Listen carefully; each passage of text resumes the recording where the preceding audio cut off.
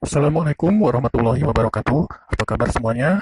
Semoga tetap dalam keadaan sehat walafiat dan selalu dalam lindungan Allah Subhanahu wa taala.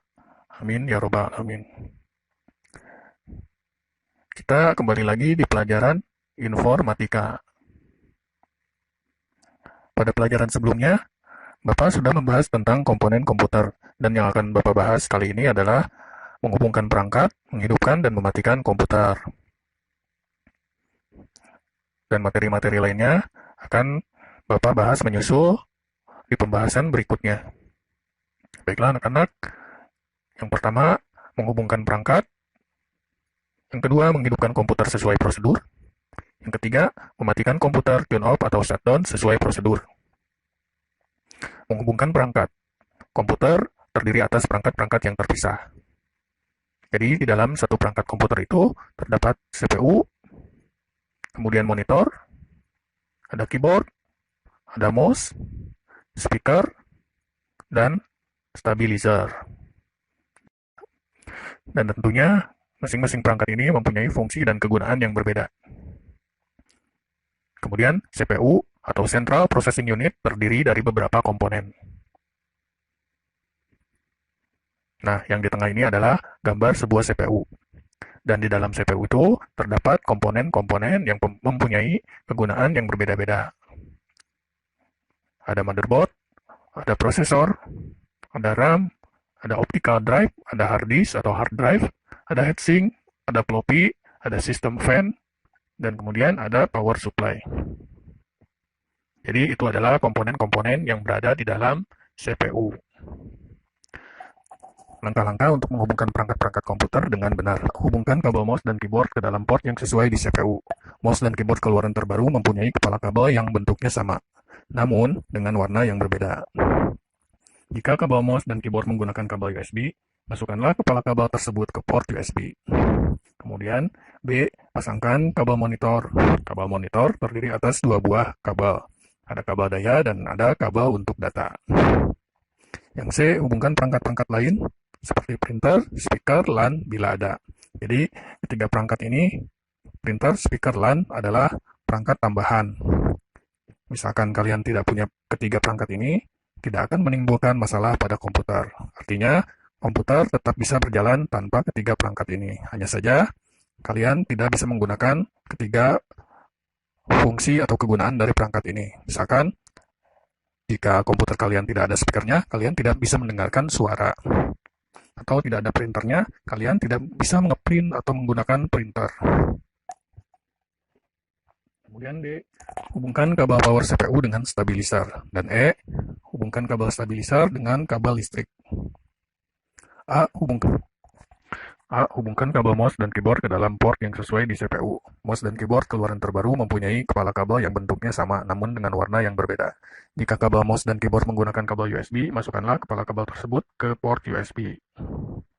Dan ini adalah contoh dari port-port yang berada di CPU.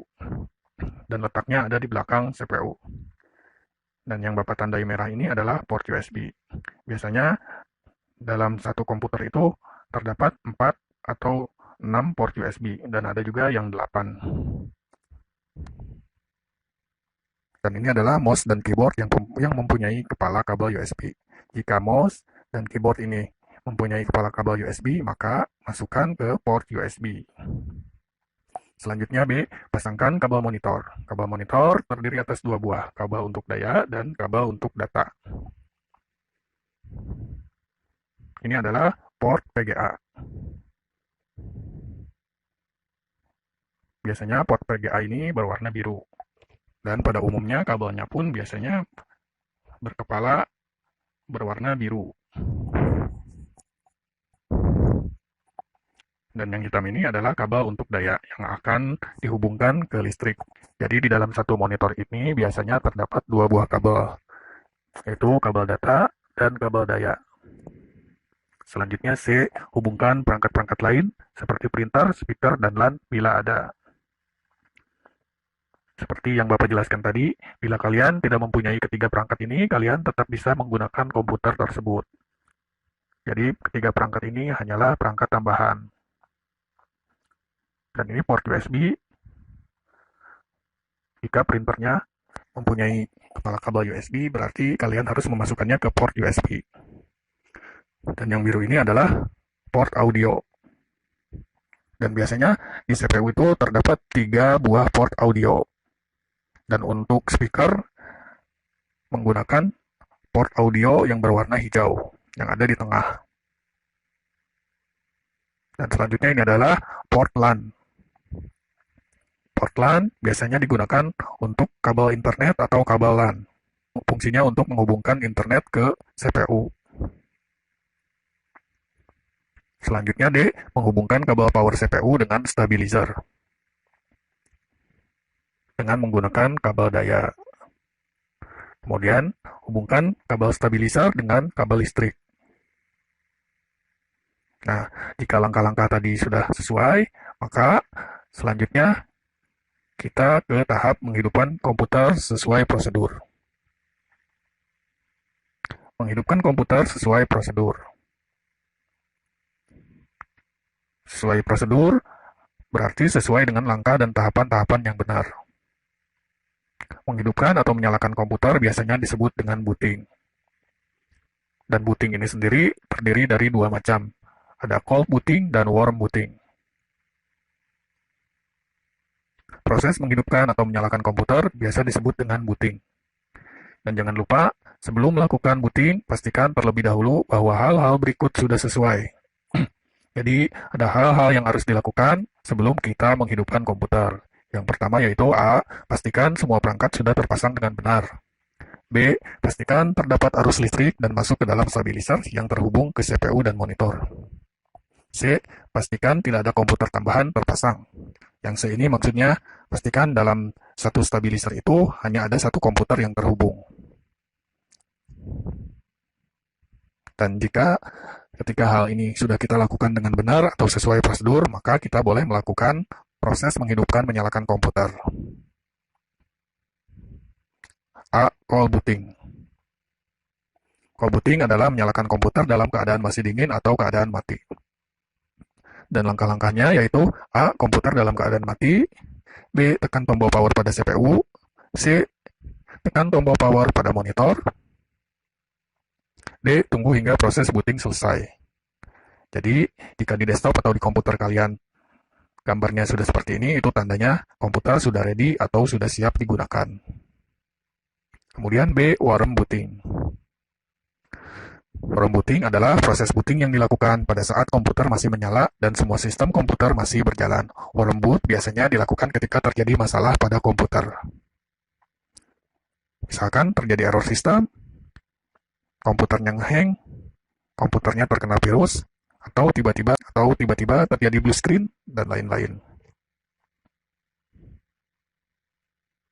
Dan langkah-langkah dalam melakukan warm booting adalah yang pertama, komputer dalam keadaan menyala atau hidup. Yang kedua, tekan tombol reset pada CPU atau Central Processing Unit. Yang ketiga, komputer akan mati sebentar, kemudian akan hidup kembali dan melakukan booting. Yang keempat, setelah booting selesai, maka komputer biasanya akan melakukan scan disk, karena mematikan komputer dengan paksa atau tidak sesuai prosedur. Yang kelima, akan tampil proses scan disk, tunggu sampai proses scan complete 100%. Yang keenam, komputer akan normal kembali.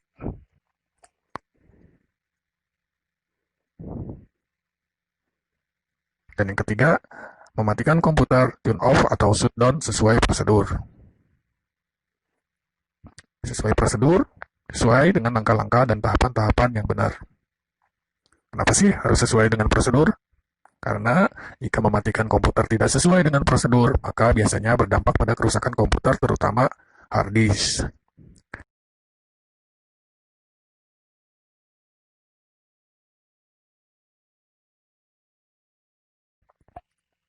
Ketika sedang mengoperasikan komputer dengan sejumlah software yang terbuka, maka diharuskan untuk menutup semua software tersebut sebelum komputer dimatikan.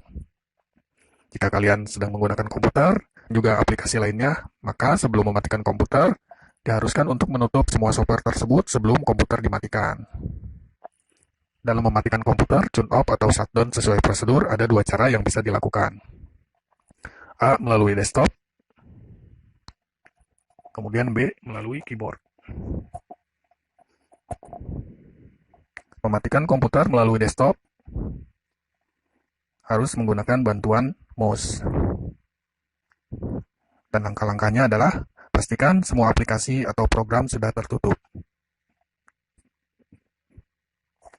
Klik Start pada taskbar. Start pada taskbar. Jadi yang di bawah ini adalah taskbar, dan ini adalah start menu. Klik Start pada taskbar. Yang ketiga, klik Shutdown. Yang keempat, tunggu sampai CPU atau Central Processing Unit mati dengan sendirinya. Jadi, sebelum CPU atau Central Processing Unit ini mati dengan sendirinya, kalian tidak boleh mencabut kabel powernya. Jadi, kalian harus menunggu sampai CPU ini mati dengan sendirinya. Yang kelima, setelah CPU mati, kemudian matikan monitor dengan cara menekan tombol power pada monitor. B. Mematikan komputer melalui keyboard. Langkah-langkahnya, pastikan semua aplikasi atau program sudah tertutup. Yang kedua, tekan tombol Alt F4 pada keyboard. Jadi, selain menggunakan mouse, kalian juga bisa melakukan shutdown dengan keyboard, yaitu dengan menekan Alt F4 pada keyboard. Dan yang ketiga, akan muncul shutdown Windows pada desktop. Dan ini adalah gambar dari shutdown Windows. Yang keempat, pilih shutdown kemudian klik OK. Dan yang kelima, tunggu sampai CPU atau Central Processing Unit mati dengan sendirinya. Dan yang keenam, setelah CPU mati, kemudian matikan monitor dengan cara menekan tombol power pada monitor. Klik shutdown, kemudian klik OK.